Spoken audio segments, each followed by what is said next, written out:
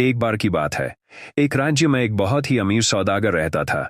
उसका एक ही बेटा था, पर वह अपने उस अकेले बेटे से खुश नहीं था। उसका वह बेटा बहुत ही बेवकूफ सा था और कोई अक्ल का काम करना तो दूर कुछ और भी नहीं करता धरता। पर उसकी माँ उसको बहुत प्यार करती थी। वह उसके लिए अच्छा ही अच्छा सोचती थी, और अगर वह कोई गलत काम भी करता था तो उसकी गलती के लिए वह कोई न कोई बहाना ढूंढ लेती थी। धीरे धीरे वह लड़का बड़ा हो गया और अब विवाह योग्य हो गया। उसकी माँ ने अपने पति से कहा कि अब बेटा बड़ा हो गया है, सो वह उसके लिए कोई अच्छी सी लड़की ढूंढकर उसका विवाह कर दे। पर वह सौदागर अपने बेटे की बेवकूफियों पर इतना शर्मिंदा था कि उसने अपने मन में यह तय कर रखा था कि वह उसका विवाह कभी नहीं करेगा। उधर उसकी माँ उसके विवाह की बहुत चिंता कर रही थी। वह तो बहुत दिनों से उसके विवाह का सपना देख रही थी कि कब मेरा बेटा बड़ा होगा और कब मैं उसका विवाह करूंगी। वह सारी उम्र कुंवारा बैठा रहे, यह तो वह सोच भी नहीं सकती थी, और न वह इसके लिए तैयार थी। सो उसने अपने बेटे के विवाह के लिए बहुत कोशिशें की। उसने अपने पति को उसकी अक्लमंदी के कई लक्षण बताए, कई अक्लमंदी के काम बताए ताकि उसका पति उसका विवाह कर दे, पर विवाह करने की बजाय वह उसकी इन बातों से चिड़चिड़ा ज्यादा होता गया। एक दिन जब उसकी पत्नी अपने बेटे की तारीफ किए जा रही थी, तो वह चिड़चिड़ा होकर अपनी पत्नी से बोला, देखो, तुम मुझसे यह सब कितनी बार कह चुकी हो, पर तुमने इसे मुझे साबित करके कभी नहीं दिखाया, क्योंकि मुझे तुम्हारी बातों पर बिल्कुल भी विश्वास नहीं है कि जो कुछ तुम कह रही हो उसमें जरा सा भी सच है। माएं अपने बच्चों के प्यार में अंधी होती हैं। खैर, तुम्हारी संतुष्टि को लिए मैं उस बेवकूफ को एक मौका और देता हूं। तुम उसको बुलाओ और उसको ये 3 पैसे दो, और उससे कहो कि वह बाजार जाए और इसमें से 1 पैसे की कोई एक चीज ऐसी खरीद कर लाए जो उसके अपने लिए हो। दूसरा पैसा वह नदी में फेंक दे, और तीसरे पैसे से वह ये 5 चीजें खरीदे। कुछ खाने के लिए, कुछ पीने के लिए, कुछ चबाने के लिए, कुछ बागीचे में बोने के लिए, और कुछ गाय को भी खिलाने के लिए। माँ को यह सुनकर बहुत खुशी हुई कि अब कम से कम उसके बेटे को अपने आप को साबित करने का मौका मिलेगा। सो तुरंत ही उसने अपने बेटे को बुलाया, उसे 3 पैसे देकर उसके पिता की सारी बात उसको समझा दी। बेटे ने भी उससे पैसे लिए और बाजार चल दिया। बाजार जाकर उसने 1 पैसे का कुछ अपने लिए खरीदा और खा लिया। उसके बाद वह एक नदी के पास आया, और दूसरा पैसा नदी में फेंकने ही वाला था कि इसको अपनी बेवकूफ़ी समझकर वह रुक गया। इसको नदी में फेंकने से क्या भला हो सकता है? अगर मैं 1 पैसा नदी में फेंक देता हूं तो मेरे पास केवल 1 पैसा ही बच जाएगा, और फिर इस 1 पैसे से मैं ऐसा क्या खरीद सकता हूं जो खाने का भी हो, और पीने का भी हो, चबाने वाला भी हो, और बागीचे में बोने वाला भी हो, और साथ में गाय के खाने वाला भी हो, जैसा कि उसकी माँ ने कहा था। और अगर मैं इसे नदी में नहीं फेंकता हूं तो इसका मतलब है कि मैं माँ का कहना नहीं मानता। वह इसी सोच में पड़ा था कि किस्मत से उसी समय वहां से एक लोहार की बेटी जा रही थी। उसने देखा कि नदी के किनारे एक लड़का उदास खड़ा है। उसने उसको वहां इस तरह खड़े देखकर उसने उससे पूछा कि क्या बात है, वह इतना उदास क्यों खड़ा है। उसने उस लड़की को वह सब बताया जो उसकी माँ ने उससे कहा था। फिर उसने उसको बताया कि उसकी माँ ने तीसरा पैसा नदी में फेंकने के लिए कहा था, पर यह तो बेवकूफ़ी है, लेकिन वह करे तो क्या करे। पैसा नदी में नहीं फेंकने पर तो माँ का कहना न मानना होगा, जो वह नहीं चाहता था। वह लड़की बहुत होशियार थी। वह बोली, मैं तुमको बताती हूं कि तुम क्या खरीदो। तुम जाकर 1 पैसे का तरबूज खरीद लो और तीसरा पैसा अपनी जेब में रख लो। उसको तुम नदी में मत फेंको। तरबूज, हाँ तरबूज, वह आगे बोली। देखो तरबूज तुम्हारी माँ की सब शर्तों को पूरा करेगा। वह खाने की चीज भी है, और वह पीने की चीज भी है, वह चबाने की चीज भी है, और वह जमीन में बोने के लिए भी कुछ देगा, और वह गाय के खाने के लिए भी कुछ देगा। तुम जाकर यह खरीद कर ले जाकर अपनी माँ को दे देना। मुझे यकीन है कि वह तुम्हारी इस खरीद से बहुत खुश होंगी। सो उसने ऐसा ही किया। जब उसकी माँ ने अपने बेटे की अक्लमंदी देखी तो वह बहुत खुश हुई। उसको लगा कि उसका बेटा वाकई बहुत अक्लमंद है। वह तुरंत ही अपने पति के पास दौड़ी दौड़ी गई और उस तरबूज को दिखाकर बोली, देखो यह मेरे बेटे का काम है। तरबूज देखकर वह सौदागर भी आश्चर्य में पड़ गया। वह बोला, मुझे विश्वास नहीं होता कि यह काम उसने खुद किया है। उसे तो अक्ल ही नहीं है। जरूर किसी ने उसको यह करने की सलाह दी है। फिर उसने अपने बेटे की तरफ देखकर उससे पूछा, तुमसे यह करने के लिए किसने कहा? वह बोला, एक लोहार की लड़की ने मुझे यह सलाह दी थी। सौदागर अपनी पत्नी की तरफ देखकर बोला, देखा तुमने, मुझे मालूम था कि यह इस बेवकूफ का काम ही नहीं है। ठहर चलो, अगर तुम राजी हो तो और इसकी इच्छा हो तो इसकी शादी उस लोहार की बेटी से कर दो जो खुद इतनी होशियार है और उसने इसमें अपनी इतनी रुचि दिखाई है। माँ बोली, इससे अच्छी तो कोई बात हो ही नहीं सकती। अगले कुछ दिनों में सौदागर लोहार के घर गया और उसकी लड़की को देखकर आया जिसने उसके बेटे की सहायता की थी। जब वह उसके घर पहुंचा तो लड़की ने ही दरवाजा खोला। सौदागर ने उससे पूछा, बेटी क्या तुम घर पर अकेली हो? लड़की बोली, जी हाँ। सौदागर ने पूछा, तुम्हारे माता पिता कहाँ हैं? वह बोली, मेरे पिता एक कौड़ी का लाल खरीदने गए हैं और मेरी माँ शब्द बेचने गई है, पर वे लोग जल्दी ही आने वाले होंगे। जब तक वे आएं तब तक अंदर आकर आप उनका इंतजार करें। लड़की की बात सुनकर सौदागर कुछ सोच में पड़ गया और कुछ न समझते हुए पूछा, तुमने क्या कहा कि तुम्हारे माता पिता कहाँ गए हैं? लड़की बोली, मेरे पिता एक कौड़ी का लाल यानी लैंप के लिए तेल खरीदने गए हैं और मेरी माँ कुछ शब्द बेचने यानी किसी की शादी का रिश्ता तय करने गई है। सौदागर लड़की की होशियारी की बातें सुनकर भौंचक्का रह गया, पर उसने अपने विचारों को प्रकट ना होने दिया। इसी समय लोहार और उसकी पत्नी घर वापस लौट आए। वे अपने घर में इतने बड़े और अमीर सौदागर को देखकर बहुत आश्चर्यचकित हुए। उन्होंने उसको प्रणाम किया और पूछा, आपने इस गरीब के घर आने का कष्ट कैसे किया? सौदागर बोला, मैं अपने बेटी के लिए आपकी बेटी का हाथ मांगने आया हूं। लोहार ने इस रिश्ते को तुरंत ही स्वीकार कर लिया। शादी का दिन तय कर लिया गया और सौदागर अपने घर वापस लौट गया। घर आकर वह अपनी पत्नी से बोला कि सब ठीक है, लोहार शादी के लिए राजी हो गया है और शादी का दिन भी पक्का हो गया है। तुरंत ही यह खबर सब जगह फैल गई कि लोहार की बेटी की शादी सौदागर के बेटे से हो रही है। लोगों ने बात करना शुरू कर दिया कि सौदागर अपने बेटे की शादी अपने से नीचे घर में कर रहा है। यह ठीक नहीं है। कुछ लोग तो यहां तक पहुंच गए कि उन्होंने सौदागर के बेटे के पास जाकर उसे चेतावनी दी कि वह लोहार से जाकर कहे कि अगर उसने अपनी बेटी की यह गलत शादी की तो वह उसकी बेटी को रोज 7 बार जूतों से पीटेगा। उन्होंने सोचा कि उसकी इस धमकी से लोहार शायद डर जाएगा और यह सगाई तोड़ देगा। उन्होंने उससे आगे कहा कि अगर ऐसा नहीं हुआ और फिर भी तुम्हारी शादी उससे हो गई तो पहले दिन ही तुम अपनी पत्नी को इस तरह से मारोगे ताकि वह तुम्हें आगे तंग न करे और तुम्हारा कहना माने। वह बेवकूफ लड़का इस सुझाव को एक बहुत अच्छा सुझाव समझकर मान गया और उसने वैसा ही किया। उसने लोहार के पास जाकर वह सब कह दिया जो लोगों ने उससे लोहार से कहने के लिए कहा था। लोहार यह सुनकर बहुत परेशान हुआ। उसने ये सब अपनी बेटी को बताया जो सौदागर के बेटे ने उससे कहा था और उससे प्रार्थना की कि वह उस आदमी से कोई संबंध न रखे। उसने कहा, ऐसी शादी करने से तो जिसमें पति पत्नी को चोर की तरह से पीटे जिंदगी भर शादी न करना अच्छा है। लड़की बोली, पिताजी आप चिंता मत कीजिए, साफ जाहिर है कि कुछ नीचे लोगों ने उनको आपसे ऐसा कहने पर मजबूर किया है, पर आप बिल्कुल परेशान ना हो, ऐसा कभी नहीं होगा। एक आदमी के कहने में और उसके वही काम करने में बहुत अंतर होता है। आप मेरे लिए बिल्कुल नहीं डरें, जो कुछ उन्होंने कहा है वैसा कभी नहीं होगा। जिस दिन की शादी तय हुई थी उस दिन धूमधाम से शादी हो गई।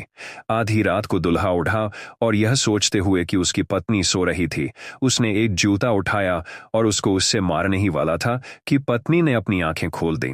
वह बोली, ऐसा नहीं करते, शादी की पहली रात को ही लड़ना झगड़ना अपशकुन होता है। कल को अगर तुम चाहो तो मुझे मार लेना, पर आज की रात तो तुम मुझसे मत लड़ो। अगली रात दूल्हे ने दुल्हन को मारने के लिए फिर से अपना जूता उठाया तो उसने फिर से उससे प्रार्थना की। अगर पति पत्नी शादी के पहले हफ्ते में ही एक दूसरे का अपमान करें तो यह बहुत बड़ा अपशकुन होता है। मैं जानती हूं कि तुम एक बहुत ही अक्लमंद आदमी हो और तुम मेरी बात सुनोगे।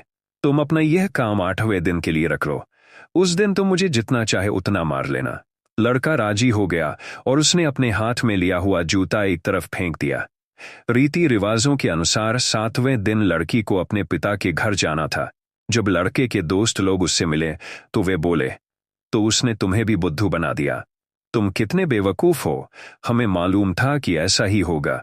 इस बीच सौदागर की पत्नी अपने बेटे के आगे के जीवन के बारे में सोच रही थी। वह सोच रही थी कि अब समय आ गया है जब उसको आजादी से रहना चाहिए। सो उसने अपने पति से कहा, तुम उसको कुछ सामान दे दो और उसको बेचने के लिए उसे बाहर जाने दो। सौदागर बोला, कभी नहीं। उसके हाथ में यह सब देना तो ऐसा होगा जैसे पैसे को पानी में फेंकना। वह तो उस सब को बर्बाद कराएगा। पत्नी बोली, अब जाने भी दो, उसको अक्ल इसी तरह से तो आएगी। उसको कुछ पैसे दो और उसको दूर देशों की यात्रा पर भेज दो अगर उससे वह कुछ पैसा कमाता है तो कम से कम हम उससे ये उम्मीद रख सकते हैं कि वह पैसे की कीमत समझेगा। और अगर वह पैसा गंवाकर और गरीब होकर लौटता है तो हम ये उम्मीद करेंगे कि जब वह दोबारा कमाएगा तब उसकी कीमत समझेगा। वह किसी भी हालत में लौटे, हम फायदे में रहेंगे। ऐसे तो किसी भी अनुभव के बिना वह कुछ नहीं सीख सकता। इस तरह सौदागर की पत्नी ने सौदागर को अपने बेटे को अकेले व्यापार पर भेजने के लिए राजी कर लिया। उसने अपने बेटे को बुलाया, उसको कुछ पैसे दिए, कुछ सामान दिया और कुछ नौकर उसके साथ करके उसे व्यापार करने भेज दिया। इस तरह वह नौजवान सौदागर अपने नौकरों के साथ व्यापार पर चल दिया। उनका कारवां बहुत दूर नहीं गया था कि वे सब एक बहुत बड़े बागीचे के पास से गुजरे। उस बागीचे के चारों तरफ एक बहुत ऊंची दीवार खींची हुई थी। नौजवान सौदागर ने पूछा, यह क्या जगह है? इसके अंदर जाओ और देख कर आओ। उसके नौकर देखने गए और वापस आकर उसे बताया कि उस ऊंची दीवार के अंदर एक बहुत बड़े बागीचे में एक बहुत बड़ी और शानदार हवेली है। इस पर वह नौजवान सौदागर खुद उस बागीचे के अंदर गया। जब वह उस बड़ी और शानदार हवेली को देख रहा था तो उसमें उसको एक बहुत सुंदर लड़की दिखाई दी। उस लड़की ने उसको ताश खेलने के लिए अंदर बुलाया। यह लड़की एक बहुत बड़ी जुआरी थी। इसको वे सब चालें आती थीं जिनसे वह अपने साथ खेलने वाले का सारा पैसा ले लेती थी। उसकी एक सबसे प्रिय चाल यह थी कि जब वह खेलती थी तो एक बिल्ली अपने साथ रखती थी। उसको लड़की ने इस तरह सिखा रखा था कि जब वह उसको इशारा करती थी तो वह लैंप के पास जाकर उसको बुझाकर अंधेरा कर देती थी। ऐसा इशारा वह उसको तब करती थी जब वह अक्सर हार रही होती थी और उसी समय वह अपने ताश के पत्तों का कमाल दिखा देती। इस तरह से वह अपने साथ खेलने वाले का सारा पैसा हड़प लेती थी। यही चाल उसने इस नौजवान सौदागर के साथ भी खेली और उसका काफी पैसा जीत लिया। और उसका केवल पैसा ही नहीं बल्कि उसकी हर चीज चली गई। उसका पैसा, उसका सामान, उसके नौकर, यहां तक कि वह खुद को भी हार गया। और अब जब उसके पास कुछ नहीं बचा तो उसको कैद कर लिया। यहां उसके साथ बहुत बुरा बर्ताव किया गया। अक्सर वह भगवान से प्रार्थना करता कि वह उसे इस हालत से बचाने के लिए इस दुनिया से उठा ले। एक दिन उसने जेल के दरवाजे के सामने से जाता हुआ एक आदमी देखा तो उसने उसको पुकारा और उससे पूछा कि वह कहाँ से आया है। आदमी ने देश का वही नाम बताया जिसमें उसका पिता रहता था। नौजवान सौदागर कैदी ने कहा, यह तो ठीक है, पर क्या तुम मेरे ऊपर एक उपकार करोगे? जैसा कि तुम देख रहे हो मैं यहाँ इस जेल में कैद हूँ। मैं यहाँ से तब तक नहीं निकल सकता जब तक मेरे ऊपर पड़ा एक बड़ा कर्जा न चूक जाए। मैं यह चाहता हूँ कि तुम मेरी ये 2 चिट्ठियां लो। इनमें से एक चिट्ठी मेरे पिता को दे देना और एक मेरी पत्नी को दे देना। अगर तुम मेरा यह काम कर दोगे तो मैं तुम्हारा यह उपकार कभी नहीं भूलूंगा। वह आदमी राजी हो गया और दोनों चिट्ठियां उससे लेकर अपने रास्ते चला गया। अपने पिता की चिट्ठी में उसने वह सब लिखा था जो उसके ऊपर बीता था और अपनी पत्नी वाली चिट्ठी में उसने लिखा था कि उसने बहुत सारा पैसा कमा लिया है और अब वह जल्दी ही घर वापस आकर उसे जूते से मारेगा, जैसा कि उसने उससे पहले ही कहा था। जैसे ही उस आदमी ने उस देश में अपना काम खत्म किया वह अपने देश लौट गया और जाकर दोनों चिट्ठियां दे दी। पर गलती से उसने पिता की चिट्ठी पत्नी को और पत्नी वाली चिट्ठी पिता को दे दी। अच्छी खबर पढ़कर पिता बहुत खुश हुआ, हालांकि उसको यह समझ में नहीं आया कि वह चिट्ठी उसकी बजाय उसकी बहू को क्यों लिखी गई थी और उसके बेटे ने अपनी पत्नी को ऐसी पीटने वाली बात क्यों लिखी थी। जब सौदागर के बेटे की पत्नी ने अपनी चिट्ठी पढ़ी तो वह बहुत दुखी हुई और उसको भी यह समझ में नहीं आया कि वह चिट्ठी उसके पति ने अपने पिता के नाम क्यों लिखी थी, उसके नाम क्यों नहीं लिखी। ये बात न समझ पाने से वह अपने ससुर के पास गई और जाकर अपनी चिट्ठी का हाल उनको बताया तो दोनों की गुत्थी और उलझ गई, क्योंकि दोनों चिट्ठियों में अलग अलग लिखा था। बहू बहुत होशियार और समझदार थी। उसने अपने ससुर से बात की और अपने पति की सहायता के लिए चल पड़ी। उसके ससुर ने उसको जाने की इजाजत दे दी और साथ में उसके रास्ते के लिए उसे कुछ पैसे भी दे दिए। लड़की ने आदमी का वेश रखा और चल दी। चलते चलते वह भी उसी जगह पहुंच गई जहां वह सुंदर लड़की रहती थी। उसने उस लड़की के पास यह खबर पहुंचाई कि वह एक बहुत ही अमीर सौदागर का बेटा है और एक अच्छा जुआरी है, इसलिए वह उसके साथ 2-2 हाथ खेलना चाहता है। वह लड़की तुरंत राजी हो गई। शाम को उन दोनों को खेलना था। इस बीच बहू ने उस लड़की के नौकरों से पूछताछ की कि उनकी मालकिन खेल में जीतने के लिए कौन कौन सी चालें इस्तेमाल करती है। पहले तो नौकर उसको यह बताने से हिचकिचाए, पर जब बहू ने उनको अशर्फियों के ढेर और कुछ और सामान दिखाया तो वे मान गए और सब कुछ बताने पर तैयार हो गए। उन्होंने उसे बताया कि शायद उनकी मालकिन उसको हराने के लिए उस रात भी बिल्ली वाली चाल खेले। यह सुनकर बहू वहां से चली गई। शाम को वह फिर वहां आई और अपने साथ एक चूहा लाई थी जो उसने अपने कोट की आस्तीन में छिपा रखा था। खेल शुरू हुआ। बहुत अच्छी खिलाड़ी होने की वजह से बहू जीतने लगी। यह देखकर उस जुआरी लड़की ने अपनी बिल्ली को इशारा किया। बिल्ली तुरंत ही लैंप की तरफ चली। उसी समय बहू ने अपनी आस्तीन में से चूहा छोड़ दिया। छोड़ते ही चूहा दूर भाग गया और उसके पीछे पीछे भाग गई बिल्ली। कमरे की सारी चीजें इधर उधर हो गई। लड़की कुछ परेशान सी हो गई तो बहू बोली, क्या हम अपना खेल शुरू करें? बस फिर क्या था, अब कोई बाधा नहीं थी। सो बहू वह बाजी भी जीत गई और फिर दूसरी तीसरी चौथी, वह सब कुछ जीतती चली गई। उसने न केवल अपने पति के पैसे और सामान ही जीत लिया, बल्कि उस लड़की का पैसा, सामान, नौकर, हवेली आदि सब कुछ जीत लिया। आसानी से सब कुछ जीता हुआ सामान उसने बड़े बड़े बक्सों में बंद किया। वहां के सारे कैदियों को आजाद किया। उसका पति भी दूसरे कैदियों के साथ उसे धन्यवाद देने के लिए वहां आया, पर वह उसे उस वेश में पहचान न सका। उसने उसे ध्यान से देखा और पूछा कि क्या वह उसका सरदार बनना चाहेगा। मजबूरी की हालत में उसने उसका सरदार बनना स्वीकार कर लिया। बहू ने उसके फटे मैले कपड़े उतरवा कर सरदारों जैसे कपड़े पहनवाए। सरदार ने ही फिर उनके वहां से जाने का इंतजाम किया। उसके पुराने कपड़े लकड़ी के एक छोटे से बक्से में रख दिए गए। सारे बक्सों की चाबियां सरदार के हवाले कर दी गईं, पर जिस बक्से में नौजवान सौदागर के पुराने कपड़े थे, उस बक्से की चाबी बहू ने अपने पास रखी। जब सब तैयारियां हो गईं, तब वे सब वहां से चल दिए। उस जुआरी लड़की को भी उन्होंने अपने साथ ले लिया। जब वे सब अपने देश के पास पहुंचे तो बहू ने सरदार से कहा, मुझे अपना एक जरूरी काम है तो मैं इस तरफ जाता हूं, पर तुम मेरी चिंता मत करना। तुम सीधे शहर चले जाओ और यह सब सामान अपने साथ ले जाओ।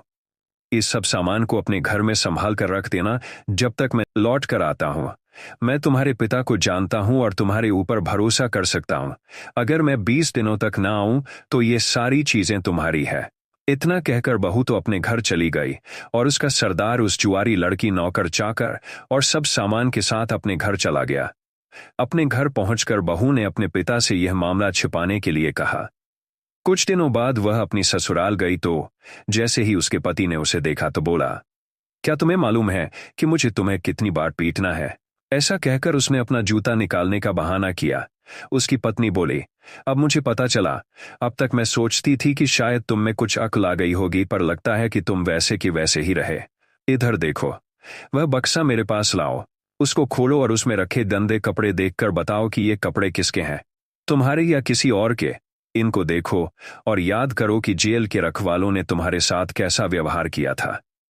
कितनी जोर जोर से मारा था उन्होंने तुमको, कितना खराब और कितना कम खाना दिया था। सुनो, मैं ही वह अमीर सौदागर का बेटा हूं जिसने तुमको छुड़ाया है। जो चिट्ठी तुमने अपने पिता को लिखी थी वह इत्तेफाक से मेरे पास आ पहुंची। मैंने तुम्हारा दुख पढ़ा और तुरंत ही तुमको छुड़ाने के लिए चल पड़ी। मैंने एक नौजवान सौदागर का वेश रखा और जाकर उस लड़की से मिली जिसने तुम्हें बेवकूफ बनाया था। मैं उसके साथ खेली और तुम्हारा सब कुछ जीत लिया जो तुमने हारा था, और इसके अलावा उस लड़की का भी सब कुछ जीत लिया। यही वह लड़की है। जाओ और जाकर उससे पूछो कि वह मुझे पहचानती है कि नहीं। उस जुआरी लड़की ने कहा, हाँ, यही है वह। सौदागर का बेटा तो यह सुनकर भौंचक्का रह गया। उसके मुंह से तो कोई बोल ही नहीं फूटा। सौदागर की पत्नी ने अपनी बहू की तरफ देखा और उसको आशीर्वाद दिया। सौदागर खुद अपने बेटे से इतना नाउम्मीद और गुस्सा था कि वह न तो कुछ बोल सका और न ही कुछ कर सका। आखिर उसने अपनी पत्नी की तरफ देखा और बोला, अब तुम्हें विश्वास हो गया कि तुम्हारा बेटा कितना बेवकूफ है।